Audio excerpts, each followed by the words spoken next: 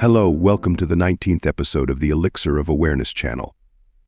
In this episode, we want to talk about the ideas and thoughts of Mrs. Hannah Arendt, the important philosopher of the contemporary era. Mrs. Hannah Arendt is known as the philosopher of freedom. It means that all her thoughts were focused on an important issue called freedom. For instance, one thing she's done is to examine and evaluate the two famous totalitarian governments of the old times after their collapse, which are Adolf Hitler's and Joseph Stalin's governments. And after much research, she's found a general model about the form of these governments. She's identified a series of similarities between these two structures that are really surprising. And in a book titled The Origins of Totalitarianism, she explains these similarities well. One of the important ideas that Mrs. Hannah Arendt has is the idea of right of having the right. In fact, she believes that this is the most important right that totalitarian governments steal from people, and in this way, take their entire identity from them. Arendt understood that totalitarian governments destroy people's identities in three stages. The first step is to kill the legal existence of humans. This happens when people are deprived of their legal rights. That is to say, the law in that society is only a name, but it isn't implemented in practice and reality, or it's implemented differently. There was a constitution in the system of Nazism and the system of Stalinism, but it didn't exist at the same time. It means that the law is neither implemented nor canceled. A lawless situation where citizens were constantly kept in a state of chronic anxiety and uncertainty. In these governments, all the members of the society were always suspected and accused because of their talent in thinking, because they mightn't think as the governments like. These types of governments had a lawless structure where the law was only written on paper but wasn't implemented or implemented differently to always ensure the interests of the government. In addition to this lawlessness, their other characteristic is constant instability. In fact, the citizens experienced the feeling that always situation was so unstable and unpredictable that the only stable thing in their society was that unstable situation that had always existed. That's why the people never dared to criticize, correct, and change the situation. These types of governments never have a structure. In fact, they've a direction. But Mrs. Hannah Arendt realized that this instability in this type of government is a type of predetermined planning. It means we're on the side of planned instability. For example, during Stalin's rule, there were a few huge organizations such as the Council Organization or the Secret Police Organization. But each of them, regardless of the competition they'd with each other, had different and separate segments such as economic and political, cultural, educational, and military departments. For instance, when Hannah Arendt examines the secret police system of that time, she realizes that this instability and this chaos are also quite evident in that security apparatus. For example, she realized that the secret police security system itself included more security layers, and in fact, its structure didn't have a clear shape. Or after the collapse of the former Soviet Union, it turned out that the high-level diplomatic officials of this system were taking orders from the anonymous secretaries of the embassy. That is to say, contrary to the hierarchical structure that people saw, a hidden power controlled and managed this structure. This situation of lawlessness and instability spreads like a virus in the entire structure of totalitarian governments, and not only affects the lives of the people of that society, but also those governments themselves suffer from problems due to the lack of transparency. In fact, one of the main factors that caused these structures to not take responsibility and ignore the legal rights of the people at the beginning of the totalitarian regimes was the unstable situation that we explained. But in the second phase, the next thing these structures do is kill the moral aspect of people.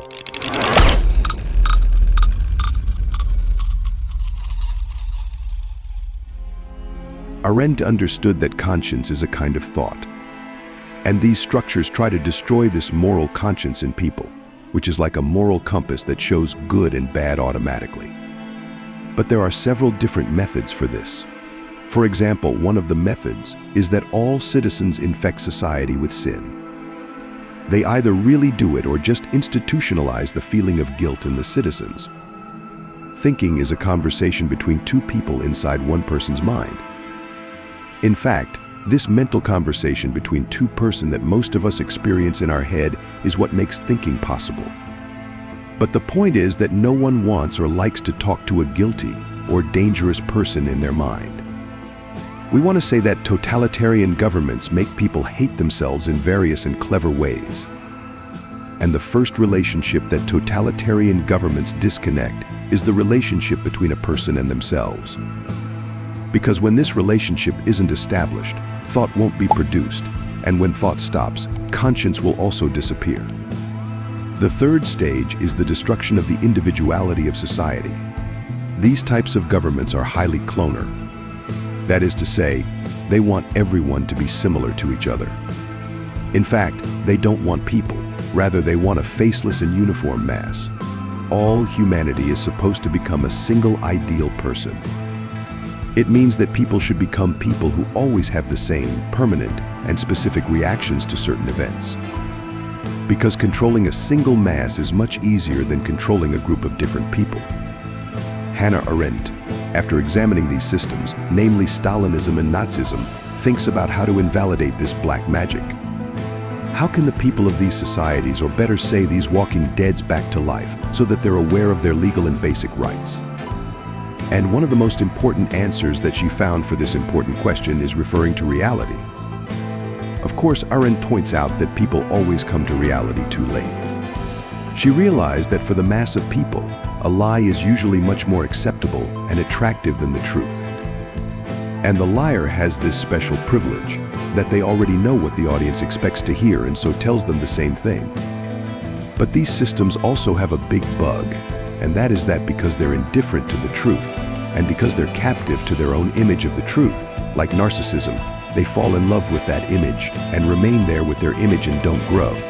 The world around them changes, but they don't stop staring at that unreal image on the water, and thus they reach a dead end. In this way, during the process that Hannah Arendt explains, the deceiver reaches self-deception. In the continuation of Mrs. Hannah Arendt's efforts to help live with the concept of freedom, she creates a network of concepts that seem unrelated at first, but together form a strong thread of thought. For example, Arendt distinguishes three types of activities that we can do in life. One is labor, the other is work or production, and the third, which is the most important of all, is action. Labor is an activity that we must do for our survival. Humans won't survive unless they can meet their daily needs such as eating, bathing, and resting. The main goal of labor is life itself, and according to Arendt, its effect will disappear very soon. The second form of activity is work or production. From Arendt's point of view, the effect of work or production is more lasting than labor. In fact, when we build something, for example, we build a house or a tool, this is in the second category of human activities. And man tries to resist the natural forces with work and production, to leave a relatively more stable effect than labor. But the third form of activity, which is the most important and best of all, is action. Action is the most original form of human activity.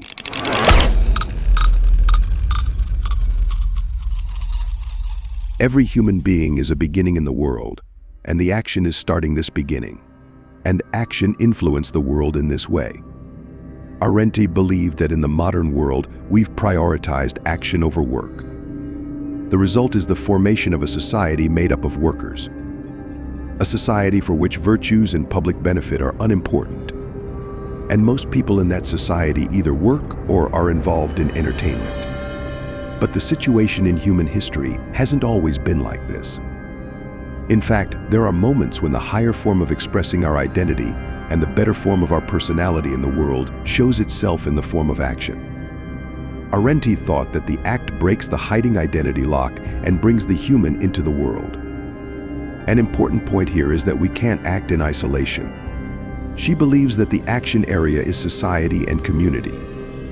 Arendt's goal is to create a society in which many people can discuss freely in public spaces, can honestly share their opinions with each other, convey their ideas to others, and finally take action. According to Arendt, this society is the most powerful form of society.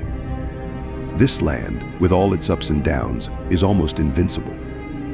Arendt thought that the root of power is in the general consensus, and it's in the difference that is formed between the people of a society. There's another interesting point that Arendt distinguishes between the two concepts of power and force. Force may be an attribute of a single person, but power is an attribute of a group. A strong society is a society where different people were able to freely, voluntarily, and bravely express their identity and actively participate in the improvement of their society. It means Arendt didn't see power as hierarchical and vertical, rather. She saw real power as horizontal and flat. And she believed that contrary to the general idea, real power and violence conflict with each other. By the way, violence destroys power. Violence, both in the social arena and at the individual level, shows weakness, not strength. Power is based on participation and consensus, not deception and coercion. Throughout her life, Arendt tried to show what's the reason for the captivity of people in a society and tried to make people aware of their situation and lead them to free action. This important contemporary thinker lived in a strange century. During her time, there were several wars and great destruction. And what she tried all her life to achieve was the courage to face the Dark Age. Arendt passed away in 1975, but she never surrendered to the darkness of her century. She tried to show light to other people by looking into the heart of darkness. We end this episode with this beautiful sentence. Understanding captivity is the beginning of freedom. The final question of this episode is, what is your definition of freedom? Please share your comments with us.